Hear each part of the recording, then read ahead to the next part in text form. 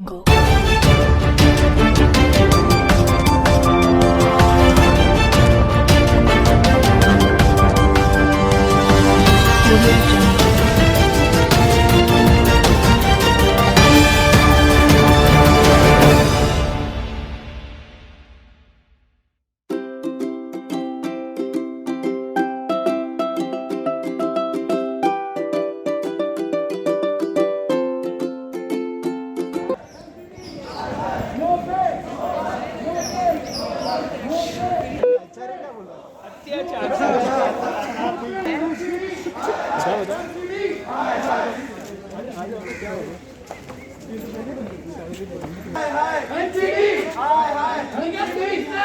कमलेश देखो, कमलेश सबसे आगे कुछ रहेगा भी।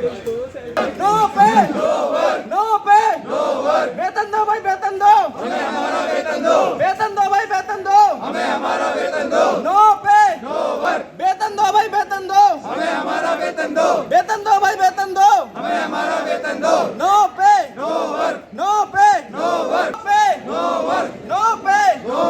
वेतन दो भाई, वेतन दो हमें, हमारा वेतन दो, वेतन दो भाई, वेतन दो हमें, हमारा वेतन दो, वेतन दो भाई, वेतन दो हमें, हमारा वेतन दो। नो पे अपना हक लेके रहेंगे, अपना हक लेके रहेंगे, अपना हक लेके रहेंगे। सबके हित में करेंगे काम, काम करेंगे पूरे काम, अपने सबके हित में करेंगे काम, काम करेंगे पूरे काम। एमसीडी हाय हाय, एमसीडी हाय हाय, एमसीडी हाय हाय, निगम प्रशासन हाय हाय, निगम प्रशासन हाय हाय, अपना हक लेके रहेंगे, अपना हक लेके रहेंगे, अपना देखिए, हम हक। सभी स्वास्थ्य कर्मियों ने जब देश के अंदर वैश्विक महामारी थी, हमने पूरी ईमानदारी और मेहनत से अपने कार्यों को अंजाम दिया और हमारे स्वास्थ्य कर्मी 3-3, 4-4 इस देश पे शहीद हुए हैं। हम आज ठीक है, जिस तरह डेंगू है, डेंगू कम होता जा रहा है और कोविड है, कोविड भी बहुत कम है, उसको देखते हुए हम ठीक है 2-2, 3-3 वैश्विक महामारी चल रही है, मगर हम क्या करें, मजबूर हैं।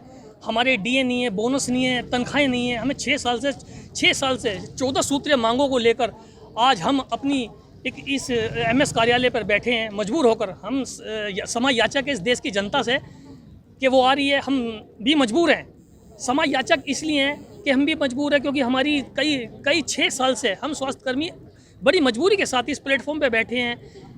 हर महीने एक नाटक हो गया, हमें तनख्वाह के लिए आना पड़ता है। तनख्वाह जैसी जो लेबर लॉ एक्ट में है कि स्वास्थ्यकर्मी को या जो व्यक्ति रिटेशन है उसको तनख्वाह टाइम पे दी जाए ना। आज हमारा डीए के लिए जो फ्रीज करा हुआ डीए जुलाई से हो गया, सब डिपार्टमेंटों को मिल गया है, केंद्र सरकार में, दिल्ली सरकार में, एमसीडी में भी साउथ में मिल गया, ईस्ट दिल्ली में मिल गया। आज हमारे ये विडम्बना नहीं है, कितनी बड़ी विडम्बना है कि आज हम नॉर्थ दिल्ली के सभी स्वास्थ्यकर्मी आज अपनी मांगों को लेकर बैठे हैं, डीए नहीं मिल रहा हमें। सर, एक सवाल बड़ा है कि निगम ये कहते हैं कि आर्थिक स्थिति ठीक नहीं है और दिल्ली सरकार पैसा नहीं दे रही, तो इन दोनों पार्टों के कौन जिम्मेवार है इसके लिए, जो आपकी इस समय परेशानी है, जिम्मेवार कौन है, दिल्ली सरकार है या एमसीडी है? देखिए, हम जो स्वास्थ्य कर्मी हैं, एमसीडी के कर्मचारी, हम दिल्ली सरकार के दिल्ली में जो भारतीय जनता पार्टी है उसके अधीन काम कर रहे हैं। और जो है हमारा जो इमीडिएटली बॉस है वो भारतीय जनता पार्टी है, निगम के कमिश्नर हैं। ये उनका अपनी राजनीतिक स्टंट है, वो किससे बात करें किससे नहीं बात करें। हमें तो सैलरी, डीए, बोनस हमें समय पर रिलीज करें और हम इस देश की जनता को अस्वस्थ रूप से हम इनकी सेवाएं कर सकें। तो राजनीति के दोनों पार्टों में कहीं ना कहीं कर्मचारी पिस रहा है, कर्मचारी बुरी तरीके से पिस रहा है। और जिस तरह हमें भी शर्म आती है, इस देश की जनता आती है, उनका दूर दूर से पैसा लगा के लाते हैं, लोग आते हैं और निराश होकर जाते हैं। हम बड़े शर्मिंदा हुए। दिवाली तक इतनी बड़ी जो हिंदुओं का इतना बड़ा पर्व है, उस पर्व पे भी हमें तनख्वाह नहीं मिल पाई। ये कितनी बड़ी विडम्बना है। 7,000 जो हमें बोनस मिलता था, आज के टाइम में 7,000 जैसे बोनस पर हर घर पे एक अच्छा सा फेस्टिवल को एंजॉय कर सकते हैं, जो आज स्वास्थ्यकर्मी उससे वंचित हो गए। ये तो बहुत पुरानी है, मगर हमारी को सुन नहीं रहा वजह 2016 से वजह है। 2016 पे स्केल आया था, 7वां वेतन आयोग। अभी तक हमारा कोई भी एरियर, हमारे जितने ड्यूज पड़े कुछ नहीं दिया इन लोगों ने। और दूसरा, डीए साउथ में, ईस्ट में सब में लग गया, नॉर्थ में नहीं दिया, जिसमें जोगीराम जैन जी ने घोषणा कर दी दिवाली से पहले कि हम दिवाली पे गिफ्ट दे रहे हैं, बोनस दे रहे हैं। मगर दिवाली का तोहफा अभी तक हमें तोहफा नहीं लगा है सैलरी के अंदर। सबसे बड़ी दुख की बात यह है, एक बार घोषणा कर देते हैं नेता लोग और कमिश्नर साहब अभी तक हमारे को ऑर्डर नहीं देते। हमारा जो है बिगर डीए के सैलरी बन रही है, हमें काफ़ी नुकसान तो वो हो रहा है। 2-2, 3-3 महीने हमें सैलरी हो गए, ना तो हमें बोनस मिला। 3.5 साल का बोनस रुका हुआ हमारा, दिवाली का बोनस है, और हमारे 5 या 6 डीए के एरियर पड़े हैं अभी तक। हमारा काफ़ी पैसा इनके पास है। आपकी स्ट्राइक से जनता को परेशानी हो रही है इस समय, क्योंकि कोविड वाला भी मामला चल रहा है, दूसरा कि जल जनित बीमारियां भी हैं जैसे डेंगू वगैरह, अस्पताल, तो लोगों को दिक्कतें आ रही होगी आप लोगों की हड़ताल पे? बिल्कुल दिक्कत आ रही है, बड़ी हम परेशानी हो रही है। उसके 12 बजे के बाद हम पेशेंट को देखते हुए उसकी केयर भी करते हैं पेशेंट की। हम पे डबल बर्डन पड़ रहा है। हमारे सारे कर्मचारी आते हैं और दोबारा डबल काम करते हैं पेशेंट के लिए जाके। अब कब तक ये हड़ताल जारी रहेगी? जब तक हमारी मांगें नहीं सुनी जाएंगी, जब तक हमारा डीए तनख्वाह में नहीं लग जाएगा। सैलरी तो हमने सैलरी मांग नहीं रहे, सैलरी 2 महीने बाद दे देना, मगर हमारे जो डीए हमारी सैलरी में लगाया जाए। साउथ में लग रहा है, नॉर्थ में, ईस्ट में लग रहा। नॉर्थ में कौन सी आग लग रही है जो हमें नहीं दे रहे हैं? एक जोगीराम जैन जी सदन में बोल देते हैं कि जी मैंने उनको दे दिया, डीए का बोनस दे दिया, वो दे दिया, तोहफा दे रहा हूँ दिवाली पे। तोहफा अभी तक चल के आ ही नहीं रहा। या तो तुम घोषणा मत करो, घोषणा करो तो उसी टाइम लेटर दो, भाई तुम्हारी तनख्वाह में लग गया, सैलरी में लग रहा है। मतलब जब तक आपकी मांगे पूरी नहीं होंगी? नहीं होगी, अभी हो सकता है। हम अभी पेन डाउन चल रहा है, उसके बाद हम अनिश्चितकालीन पे भी जा सकते हैं। डॉक्टर्स, पैरामेडिकल, 4th क्लास, सारा टोटल हम इसे बंद कर देंगे हॉस्पिटल को। ये हमारी 18 के बाद अगर इन्होंने हमारी मांगे नहीं मानी, तनख्वाह तो भीख पकड़ा रहे हैं हमें। एक तनख्वाह दे दीजिए, तनख्वाह दे दी, रोड़ा मचका एहसान कर रहे हो। तनख्वाह दे दी तुमने, हमने काम किया है, सारे हमारे जितने कर्मचारी सारे काम कर रहे हैं। डेंगू में काम कर रहे हैं, कोरोना काल में काम कर रहे हैं। कोरोना में जिसकी डेथ हुई उसके बच्चे तक नहीं लगाए इन्होंने अभी तक, उनको पैसा नहीं दिया गया, कहाँ से खाएंगे? पटड़ी पाए पड़े सारे बच्चे। गलत है इनकी बात ये। हम अपना प्रोटेस्ट कर रहे हैं, अभी स्ट्राइक नहीं हुई है हमारी। स्ट्राइक हमने 18 तारीख से बोला है। अगर तो हमारी सैलरी और डीए दोनों नहीं आया, ना डीए हमारा 5 महीने से आया, ना सैलरी हमारी 3 महीने से आई है, जो कि हमारी 2 ही डिमांड है। हमारा डीए लगा के हमारी सैलरी हमको दे दी जाए।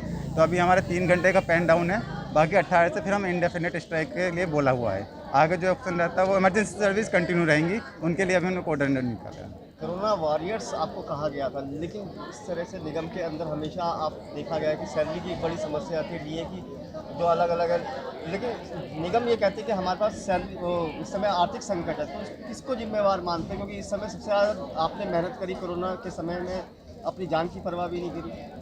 हमारा फर्ज है मरीज को देखना, हम अपनी पूरी मेहनत से मरीज को देखते हैं। बाकी अब उसके बाद में कौन हमारी सैलरी नहीं दे रहा, क्यों नहीं दे रहा, वो उसके बारे में हम आपको नहीं बता सकते, वो तो ऊपर की बात है, एडमिनिस्ट्रेशन बताएगा। कब तक ये स्ट्राइक जारी रहेगी?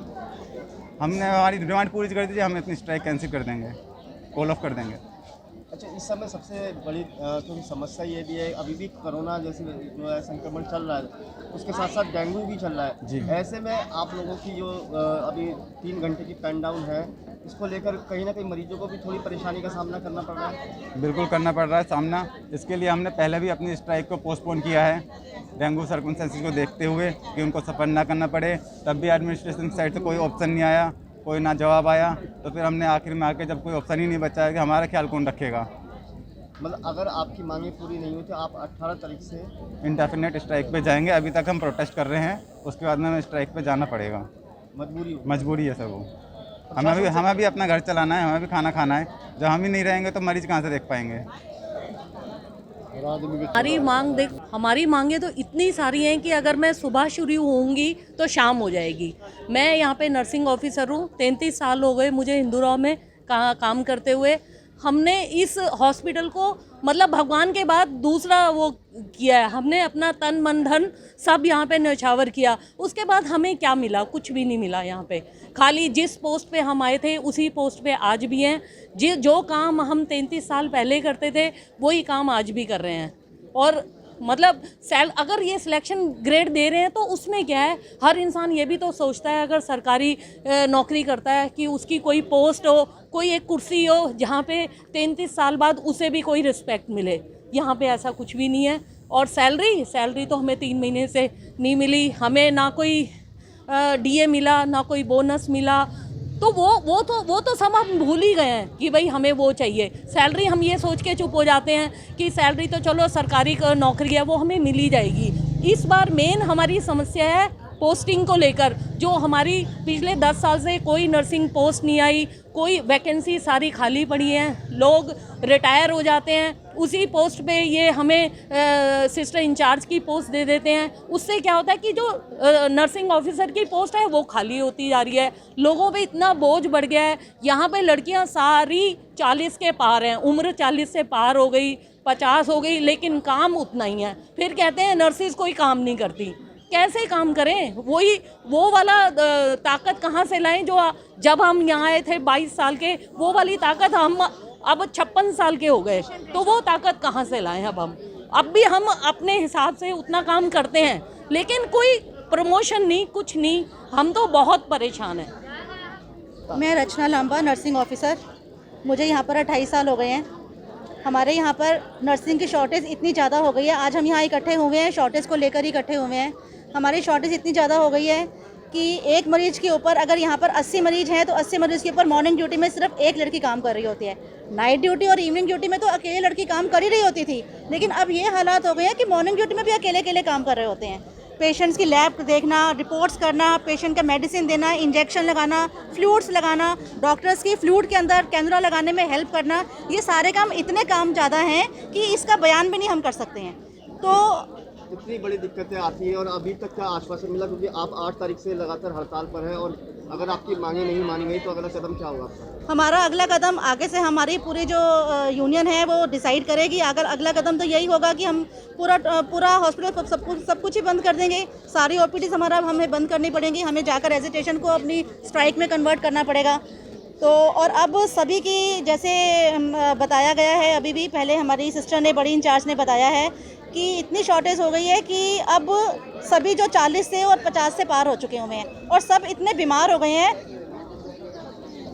बहुत तकलीफ़ें हो रही हैं कि हम यहाँ पर काम करना हमारे लिए बहुत मुश्किल हो चुका हुआ है। दबाव आप लोगों पे है, लेकिन दबाव बहुत ज़्यादा है। और ऊपर से फिर हमारे अधिकारी आकर हमसे ये पूछते हैं कि तुम्हारा ये काम नहीं हुआ, ये काम नहीं हुआ, हमारे को ये रिपोर्ट दिखाओ। अरे रिपोर्ट दिखाएं या हम काम करें? आप हमारे को ये बताओ हम क्या काम करें? रिपोर्ट दिखाएं, रिपोर्ट लिखें, ट्रीटमेंट लिखें, पेशेंट्स को रिसीव करें, पेशेंट को डिस्चार्ज दें। कहाँ का आपको हम सेंसस बना के दिखाएं? हम या तो हमसे काम करवा लो या फिर ये वाले काम करवा लो।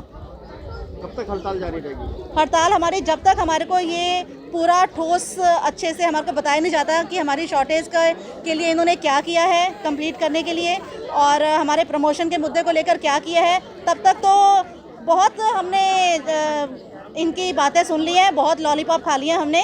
अब हम ये नहीं करेंगे। अब हमारे को